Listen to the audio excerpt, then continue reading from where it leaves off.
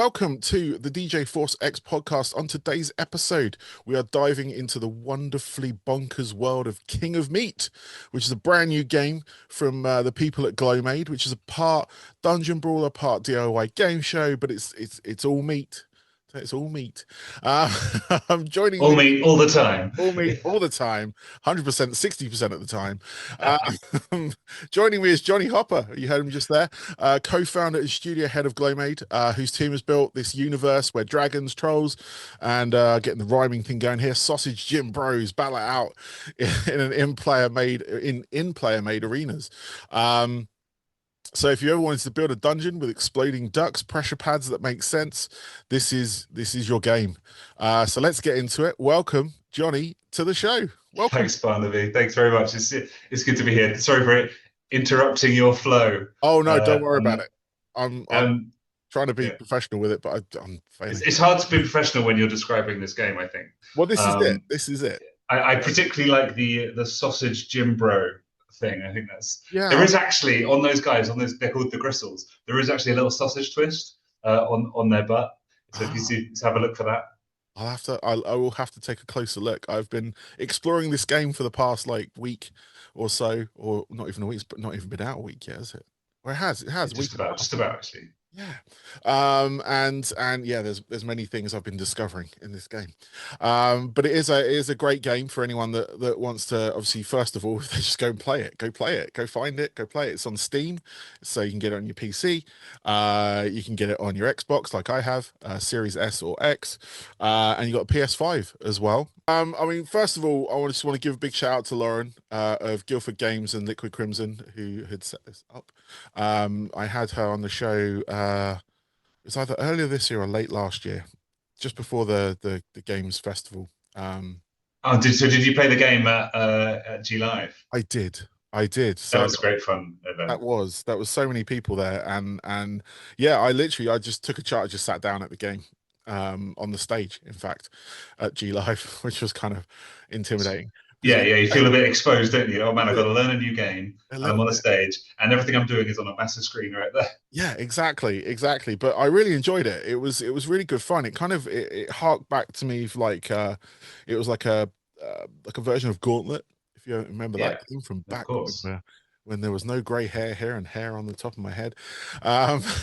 With that sort of obviously the dungeon brawling kind of aspect to it, but I mean that was where the kind of original earliest concept for the game was essentially that it was a 4-player top-down make your own Gauntlet was the original internal pitch for the game. Yeah. And that was the version we started to make, and we were snapping these kind of rooms together, and it was that. And then we had to kind of take it out to pitch, and we thought, well, this is cool, but it doesn't look expensive enough for the likes of Amazon. So I said, make the camera go behind the shoulder because it makes the game a bit more expensive. Yes. And it worked. Yeah, I was going to say, wait, you got picked up by Amazon, Amazon Games, and yeah, I mean, obviously here we are with the game out. So, and I know it's been a few years in planning because I was part of I was sat in the panel that you had at that Guildford Games thing as well. Okay. So yeah, it was at least 5 years. I mean, we signed it at the end of 2020. Yeah. The pitch was we're going to release this in September 2021. Of course. Which whizzed past, and multiple subsequent Septembers. But yeah, it was that was one of the great things, I guess, with Amazon. They were very much like, well, how do we do the game justice? Let's not think about an exact timeline. It's like, there's a lot of potential here for what the game could be, for what the game world could be, and the lore and so forth. How do we do that? How do we build it? That's amazing. I mean, especially because I mean, you mentioned this in that panel, and what sort of struck me was the fact of a company actually wanting to do the games justice in a world where a lot of games are rushed. Like they have a deadline, strict deadline. They're rushed, they're put out, and they're not finished. Now, all games generally, there is an element where that aren't finished because you've got bug fixes, you've got, you know, glitches to kind of fix along the way. But like to hear that from such a huge company as well, that you think they would just be like corporate, like we need to get this out, you know. I mean, yeah, I mean the creative kind of team there were very much like, well, we need this to be good. It deserves to be good. Mm. You know, I mean, it was it wasn't a cheap game to make, but at the same time, it wasn't expensive in sort of multinational corporate terms. Yes. So actually, you know, we're comparatively smaller team, and so you know, being able to for them, they brought stuff like, hey, what about if we did more narrative? What about if we because you've seen in the game like this is incredible cutscenes. We didn't pitch that. We didn't think we definitely have to have cutscenes or voice acting. Okay. But they were like, well, how do we expand the world? How do we bring it to life more? And with you know with voice and with these animated cutscenes and stuff, just to kind of really lean into some of the insanity of the world, I suppose, which is and it's super fun developing those. I mean, that was one of the things I wanted to chat about. Is like those cutscenes. They're on their own. You could make a TV show out of this. Not to pitch you the next idea. Well, funnily enough, Barnaby, we did actually do a pilot. We did a pilot TV show, and Oh, really? it's on YouTube, and it's really worth the watch. Actually, it's a 23-minute proper TV show. It was all animated. All the stuff was animated by Bardell, who do Rick and Morty and stuff like that. So that's the style. Like we knew what we were going to get. And what was so lovely was that they, in developing some of that, they kind of fed back ideas inadvertently into the game. So I remember one of the animators, I think, at Bardell, you know, Buzzworth Billy. Yes. He's the best character. He's brilliant. He started life purely as a bit part in one of the cinematics. Yeah. And then he was so insane that he kind of like he grew and grew in terms of his life. And then I think one of the animators at Bardell took it on themselves to put a padlock on the back of his zip on the outside, which is just like this incredibly dark joke. Yes. And then we thought, well, yes, and then he came into the game, and he sort of, you know, all of that kind of stuff kind of been built out of that. Which is that's amazing. I was going to say because I've got Buzzword on my this is my laptop. Oh, brilliant! There he is. Yeah. I've got one just right here. Nicholas, under Nicolas Cage. Oh, there he is. Yeah. But yeah, no, I obviously picked up those at the Guildford show. But no, I mean the character build in it is great as well. I mean that was a sort of big thing when obviously because I didn't get to sample that really at the show. It was more the gameplay side of it, which I really enjoyed. And then once I obviously had the game booting up and having all these cutscenes, these adverts, random adverts everywhere for various things like mom spit, like cleaning liquid, that's Adam Civic. Yeah, our art director comes up with some of that stuff. It's horrendous. It's it is, but it's hilarious. And when I was watching it, I was like, this would make like because there's a few animations out there like Rick and Morty, but there's other ones as well. Like I think there's a new one that was like Haunted Mansion or something, which is a new one, but or Haunted House, but it like similar animation style, but then similar humor as well, which works well for me because I am a big kid when it comes to those sort of things, especially on the humor side of things and like the random cutscenes, the random little quips that some of the characters make here and there. Like you've got what the characters' names? What's the anvil? Zark Tongworth. That's it, Zark Tongworth. Yeah. And yeah, there's another one. God, yeah, you've already mentioned Buzzworth. But, I mean, what's his name? Keith Vertex is the skeleton, the undead skeleton. That's a funny story as well because so the kind of the shtick behind the skeletons is that the reason they're skeletons is because they can't actually pass on into the next life because they owe a debt. So they called the gaggers, they're called the undead, and he's the. What's his name? Keith Vertex is.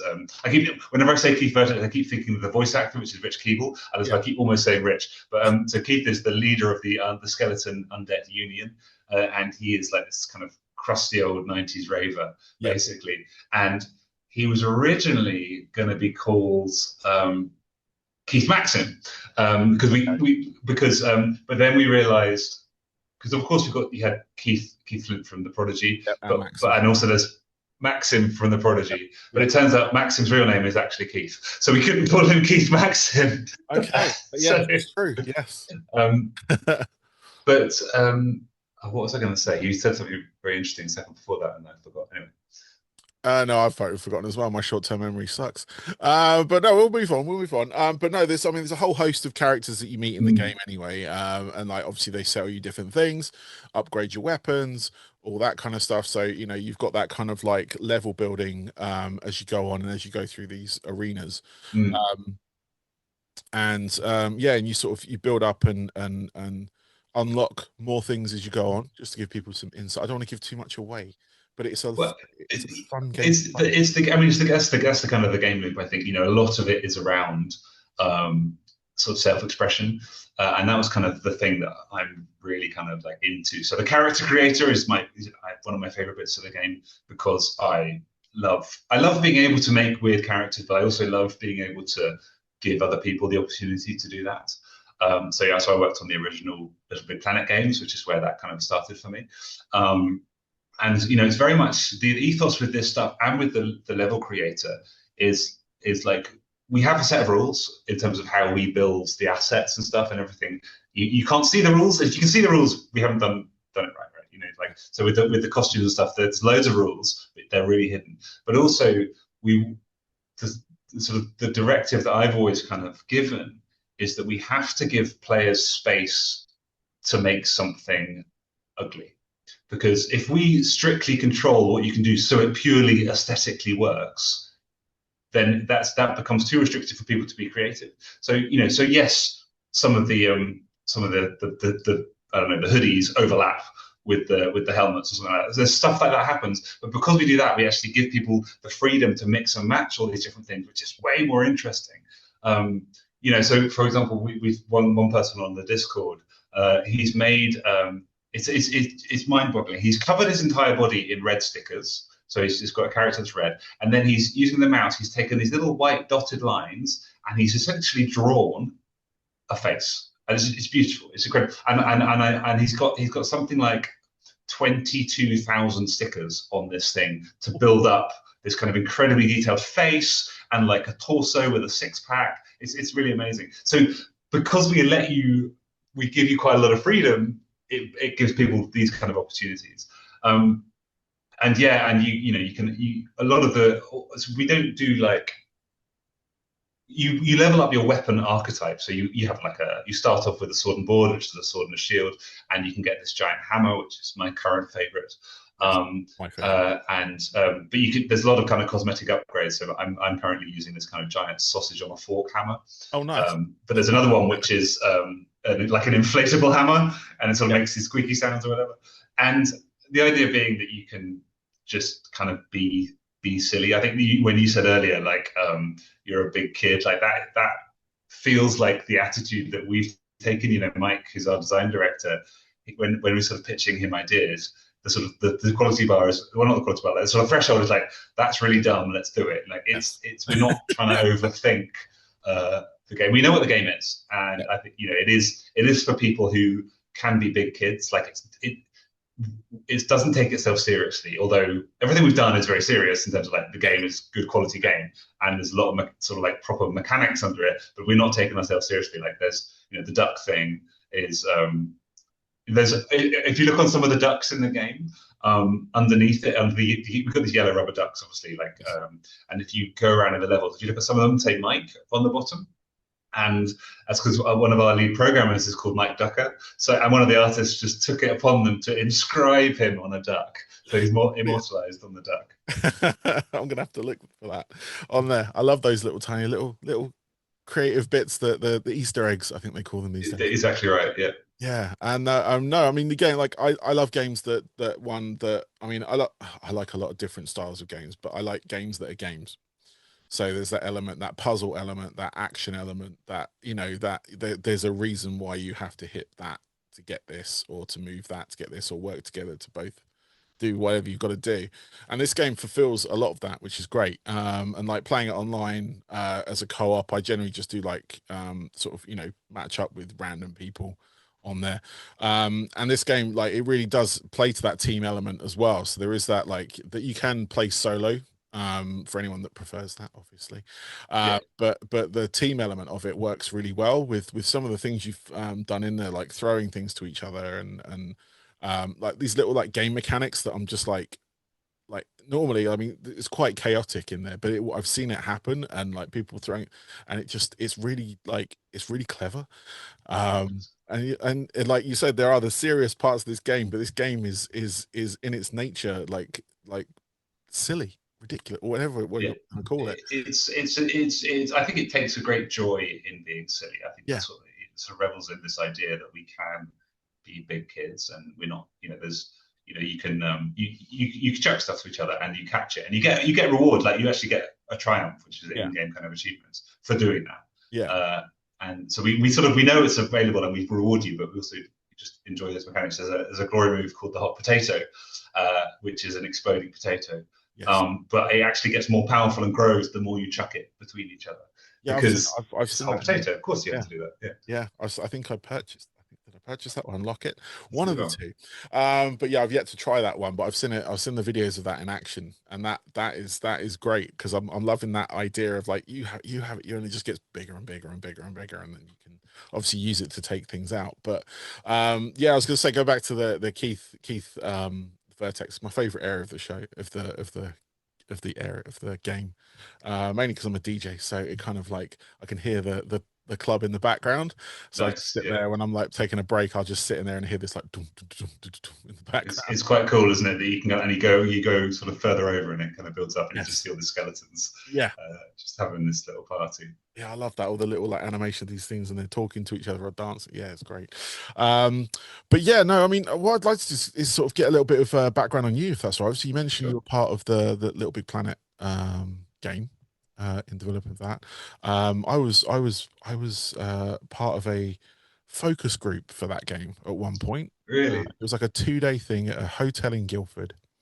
And we'd play a very early beta version of the game, play it through, and we sort of gave our feedback on how it went, how it felt, and all that kind of What did stuff. you think? I Do you really, remember? When I this would do. have been what, 2006, I'm guessing? The Probably first around game, about maybe then. even 2005. Whenever No, it wait, was developed. 2000 and the game came out 2008, didn't it? So it Yeah, would have been 2008.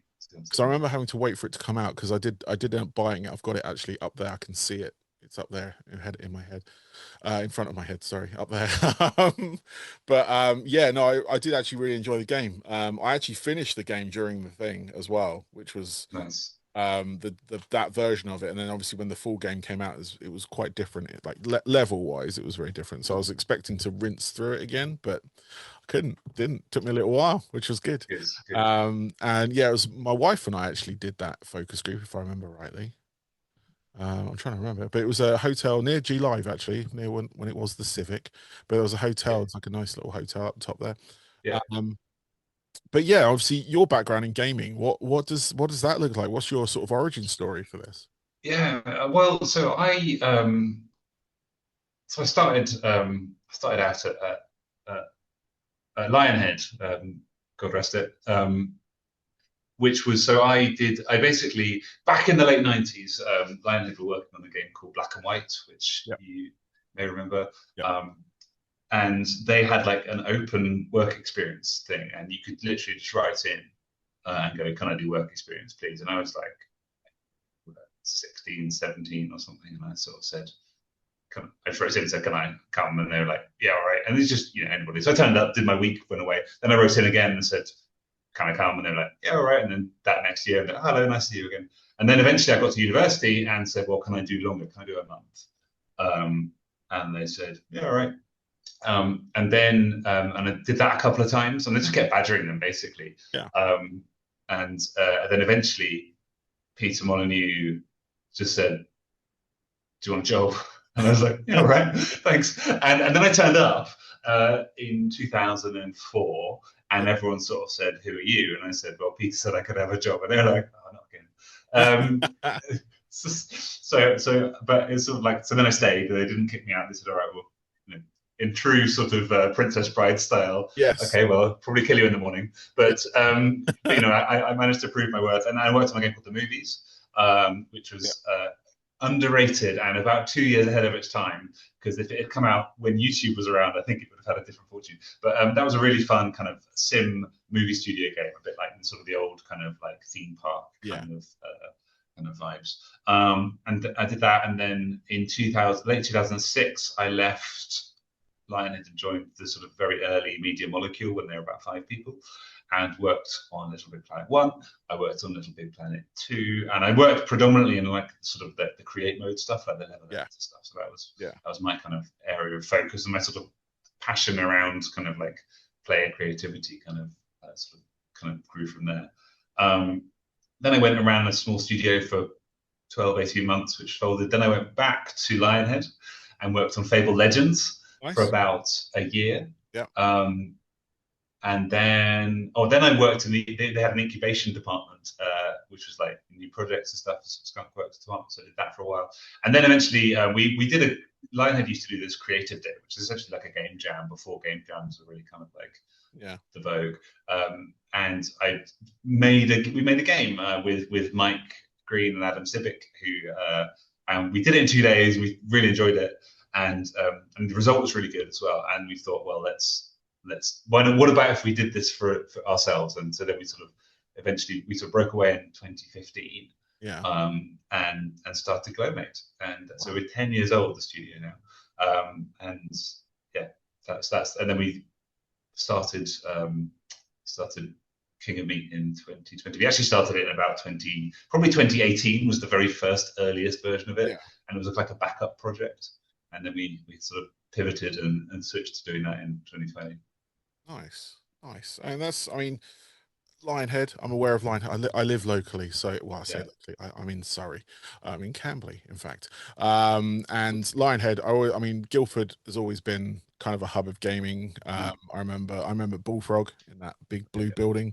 My wife actually works in that building now as something completely different, but there is gaming companies in there now that I've noticed. So DPS there, I think. Yeah, DPS and is Wargaming as well. Same same company, but it's the same building as well. Funny.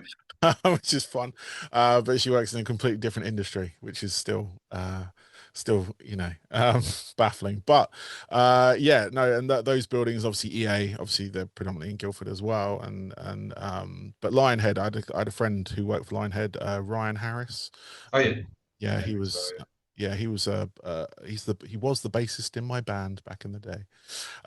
So I've traveled extensively with him, and I know he's at End Dreams at the moment. So shout out to Ryan. Hello, Ryan, if you're watching. I mean, Guildford is a big hub, right? There's loads of. It's a comparatively small town / city. I think it's not even a city, is it? It's not a city. No. 70,000 odd people, I guess, and about 69,000 of them seem to work in the games industry. Yeah. I think 10% of the UK games industry is in Guildford, is a stat I had. So it's a big, outsized hub compared to the size of people. Yeah. And that's where the Guildford.games festival comes into play, because obviously it is a hub. So Lauren and her team decided to set up a convention for people to come along and talk to these gaming companies, at least, or at least sample some of the things they're doing. I've gone a couple of years in a row now, and sort of getting the vibe of that community in and around Guildford. It's a great event. I mean, it's a sort of there aren't enough of those kind of events at this sort of scale in the UK, I think, and I think what they're doing there is really important. I think they're making it really accessible to everybody, especially kind of students. So I think there was like 4,000 or 5,000 people visited this year. Yeah, it's just incredible. So it felt like it's a really cool event. I mean, it's worth going. You know, it's worth. Oh yeah. There's enough stuff there to make a trip to do it as well. It's not like it's just a really local kind of like hokey thing. It's there's a lot. Because there's so many companies there who want to just kind of meet people and exhibit and have opportunities to show what they're doing and meet people who want to play it. So. Yeah, especially you've got Surrey University, Surrey Town. So it's sort of a catchment area for a lot of students that maybe want to get into this industry as well, which I've found that from people I've spoken to that come in. I mean, I DJ in Guildford, got a residency at The all bar one. I saw. You've got one in a couple of weeks, right? Yes, for Halloween. Yes, Halloween night. We are there. But yeah, it's and there's a fair few students that come in and few there. A couple of them I speak to, and some of them are doing like graphic design, doing stuff like that, and maybe looking into that side of it. And I've always like said, look at this, do this. You've got plenty of people around here to push you in the right direction, if that's something you want to do, like in gaming, that is, and design and things like that. Because mainly the people I have on this show have been people who do music for games as well as music for other things. But I've had people that have done game music for, I think it was The Crew was the most recent one that I saw one of them Mm. did. And they've done like, they have music on sync so they can use it for the ads for the games. Much like you did with Cypress Hill actually with your game trailer. That was an interesting one. Yeah, yeah. How did you It get was a, that was quite cool. I is don't know how that they got it. you don't know how you got it? Okay. I was just curious because I was just like, that's mad for a game I that, think and they're dropping mad money probably to get that track as well. So I mean that's where the Amazon can flex a bit. I think they can yes, go, it's true. oh Yeah, with yeah, the they, music they, they department. know who to talk to.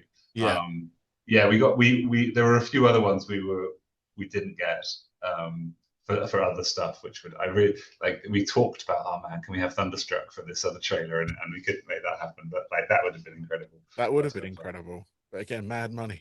Uh, Yes, well that yeah, greater exactly. than the game budget itself in some respects if you go for some artists. But no, Yeah, exactly. that would have been great.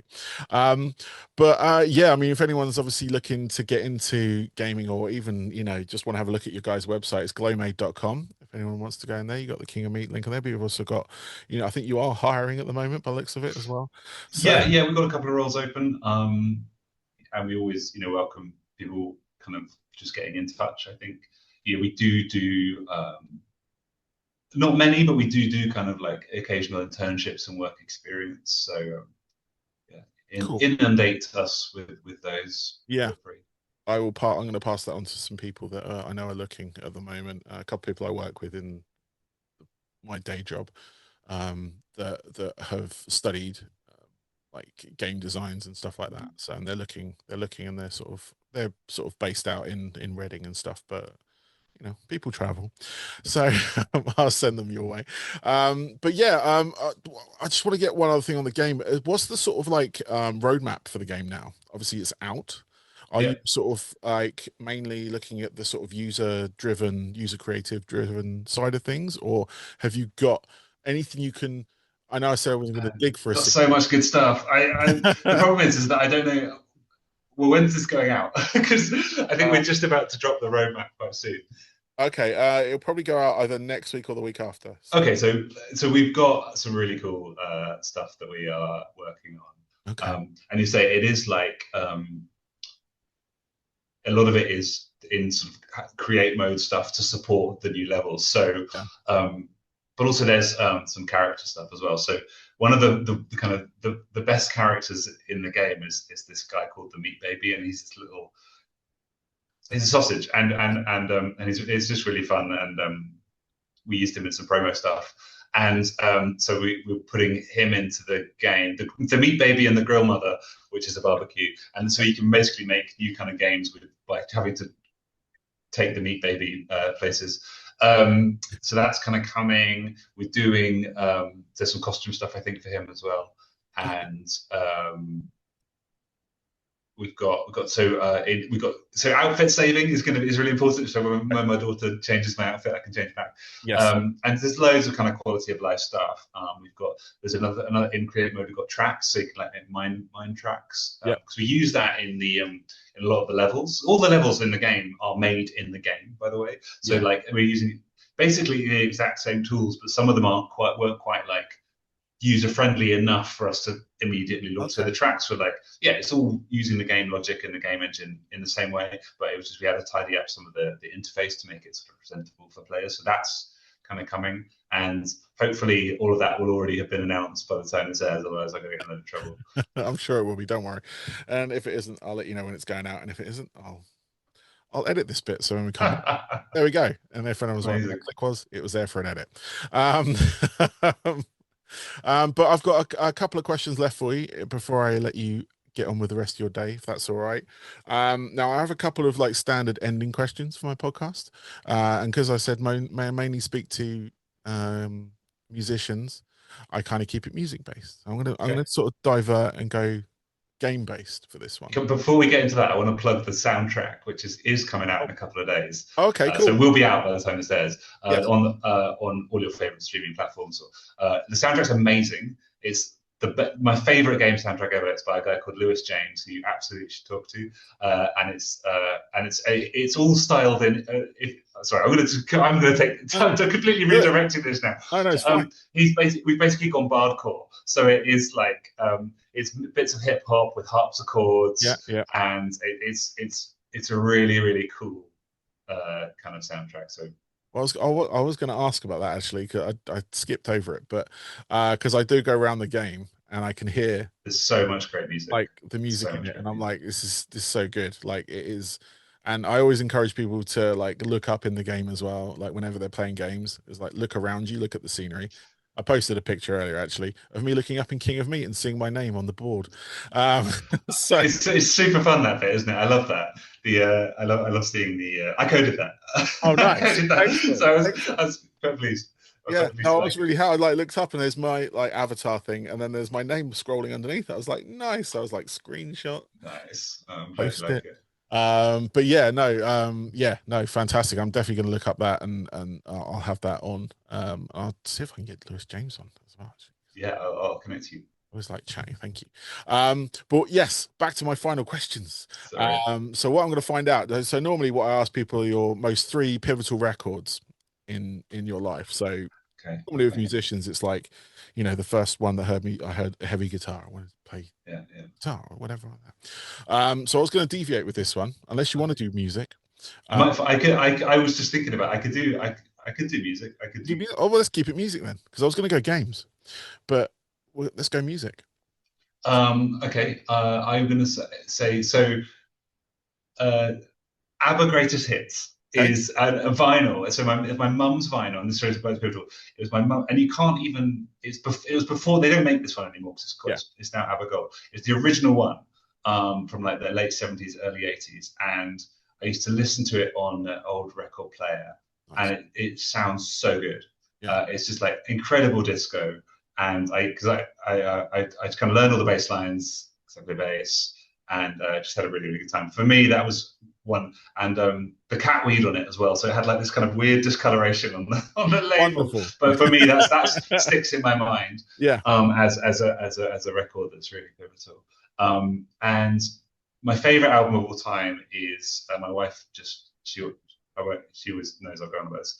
Is "Give Up" by the Postal Service, which Okay. Yeah. is I don't know, I love that album. I love that kind of like that sort of that style of kind of like electronic music, and I think as well, like I was in my 20s when I sort of listened to it, and it's kind of introspective and emo, and it kind of had the best of both worlds. And I started to some of those tunes are just absolutely brilliant. So those are probably my two pivotal records that Yeah. really stick out. I could do games as well if we got Yeah, yeah, time. let's do that. Yeah, we've got time. That's fine. Yeah, um, what I like. So when obviously you've hit the pivotal ones with the music side of it. So these are yeah. the sort of games like you played and you're like, how do you what made you want to be a good game designer Mm, essentially in that in one yeah. aspect? If there was a game there, you're like, how did they make this? I want to find out how they made this. How do they, because I could go back to early games that I played on the ZX Spectrum. Yeah, I mean, I remember I Yeah. had an Amiga 500, and it was the Amiga 500 Cartoon Classics pack, Oh, and yes. it came with Deluxe Paint 3, Captain Planet, Lemmings, and The Simpsons. I think was the pack, and I spent so much time with those games because I had nothing else.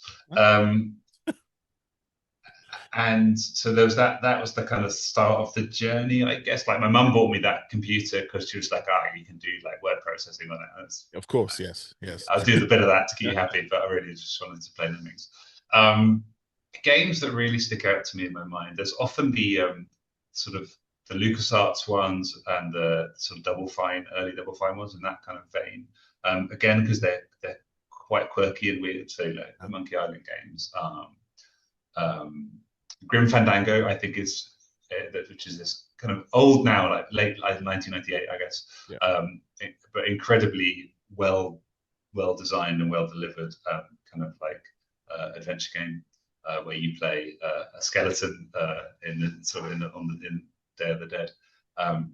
And Psychonauts as well is another one. So those kind of games really stick out to me. I think the first game I ever completed was Hook, which was the point and click Hook adventure, Yeah. which I just thought was really good and really fun. So Nice. how's that? No, that's great. I mean, I love that. I mean, so like, I mean, I was really active in the retro gaming scene for a long time before I moved countries and came back again, because I had a massive collection of consoles and gaming systems, and I used to go to all the like the sort of tiny conventions in little cricket club, workingmen's club type things around the area, and then some of the guys ended up doing some of the bigger things. So you see them at like the Blackpool Gaming Convention and all that kind of stuff from there, which is kind of nice. But no, hearing some of those games, like I forget about these games sometimes. Obviously, I remember Monkey Island. I bought the remake on my Xbox just so I could see Yeah, if it was any different or any better. And it was fine to play through. But yeah, my Grim. friend was the art director on that on the Oh, new really? one. Yeah, yeah, That's amazing. I mean, Grim Fandango, fantastic game as well, and yeah. Psychonauts you mentioned there. Yeah. I remember the Hook point and click adventure. You, I don't remember playing it so much, but I do remember it when it was out. But yeah, LucasArts had a whole bunch of games that were. I, I think the thing that was so different in those days was cover discs. I think for me that was Yeah, that's the sort of wrapper behind all of these things is that you could just get this endless supply of little game kind of snippets on the front of your magazine, which obviously it doesn't exist anymore, of yeah, course not. But such a sort of fertile ground of discovery of like you got the yeah, whole magazine and you get an hour of this game or that game. For a teenager or almost like preteen kid, me, yeah, spend £5 a month and get another month's worth of games, yeah, basically. yeah. Still love that. No, that's exactly like. I mean, it is obviously that has disappeared now with the advent of more sort of being online and you know downloadable stuff. But content wise, those were curated for Yes, for and you know for that the and curation is the point. I think is that yeah, yes, it was very selective, and they were always good, they're always interesting yeah. and weird and different. No, I remember picking up games like when they had cassette tapes on the front. That's how old I am. For the Spectrum, and I've still got some of the Spectrum games. Some actually, some of the cover mount from like Crash magazine and stuff like that. And So they still work. That's the question. that's the thing. I don't have a Spectrum to test them. Let's I pretend they work, just pretend they work. I'm and going to we'll keep them never know. just in case one day it's a nest egg. It's probably deteriorated to nothing now, but it's like the old flexi discs on the old things as Oh well. man, alive, yeah. But no, it's like yeah, having that like curated content on there, even for like the sort of later magazines for like PlayStation and all that kind of stuff. And you get that like hour-long demo, or you get that level demo, or I'd be able to play like a level of Destruction Derby, which was fun. You're just smashing cars into each other. it, Um, it meant so much more as well. I think like now you download something that's so throwaway, like because you can do it whenever you want. So I can download a thing, play it for 5 minutes, and go, that's all right. But if I've got it on the disc, I know I'm not getting another disc for another month. So you really put in the time yeah, and really explore these things, and they have more sort of weight. I think. yeah, and you hope that accidentally they put the whole game on there and someone's found an exploit. Um, which happened, I think, a couple of times. I'm sure it did. But no, those are all fantastic. I love that. Like those games, fantastic, and the music as well. I mean, ABBA's greatest hits. In general, ABBA. I mean, they are legendary. I mean, I Mm. speak to mainly heavy metal musicians, and they do get mentioned quite a lot, surprisingly. I've been to Um, Have a Voyage twice. It's amazing. oh, really? I was about It's, to it's ask that actually. I've not been, but it's so good. If you like ABBA in any sort of sense, I cannot recommend it enough because it's the best. It's the only way you're really going to see them yeah, in that that's sort of true. sense, and it is just really, really good. Like as a spectacle, you sort of have to get past the somewhat uncanny valley of some of it, Yes, but it's just a really cool way of experiencing the music in a different way. nice. So would recommend it. Yeah, Yeah, no, I think my daughters are really trying to push me to go with them. oh, So do we'll it. see. You Probably. won't regret it if you do it. That's good. And the postal service as well. Yes, I remember that. That's nice, nice solid bit of electronica and And I'll go. Blood Sugar Sex Magic. There you go. Okay, There's a rock album a rock album in there. for the listeners. Chili Peppers. No, that's all right. That's all good. Yeah, Yeah, Chili Peppers album. That's I mean, that's their sort of yeah. one of their. Well, it's a definite classic. Obviously, they've had a couple in their time. They're fortunate enough to have a couple. But yeah, that one is a solid. That's the seminal one for me. I think that, and Californication was also amazing. That was their kind of best era, I Yeah, think. Um, definitely. Occasionally play it at the My Rock Club in Guildford. yeah. So if you're ever in Guildford, all bar, and you hear, Well, I mean, I live in Guildford, so yeah, I'll come along. I remember we went to what was it in Camberley? Was it Quarantine? yeah, yeah, there was. I Yeah, think there we was. went to one of those nights, and I requested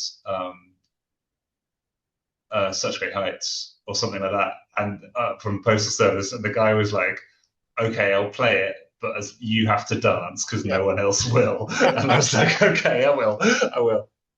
Yeah, that's the rule. Yeah. But yeah, all bar one. It's a strange situation, all bar one, because it's an all bar one. But they move all the tables and chairs out, so you just got a dance floor in On there. the bottom floor. Yeah, on the bottom floor, Amazing. and the rise up just in front of the hot plates in the Yeah. kitchen. That's where we DJ from. Oh, cool. So, but our next one, yeah, is Halloween night. We managed to get the 31st because it falls on a Friday, which is great. Nice. But we managed to secure that. So that's our last one there this year. Then we're back there in January. Okay, cool. Try and make it. But if you are around, yeah, just let me know. Let me know. But yeah, well, last question, very last question. You probably already answered it with the things that you do already, but do you have any hobbies away from this gaming design? I like to rock climb. Rock That's climb? one of my Cool. hobbies. I do a bit of running.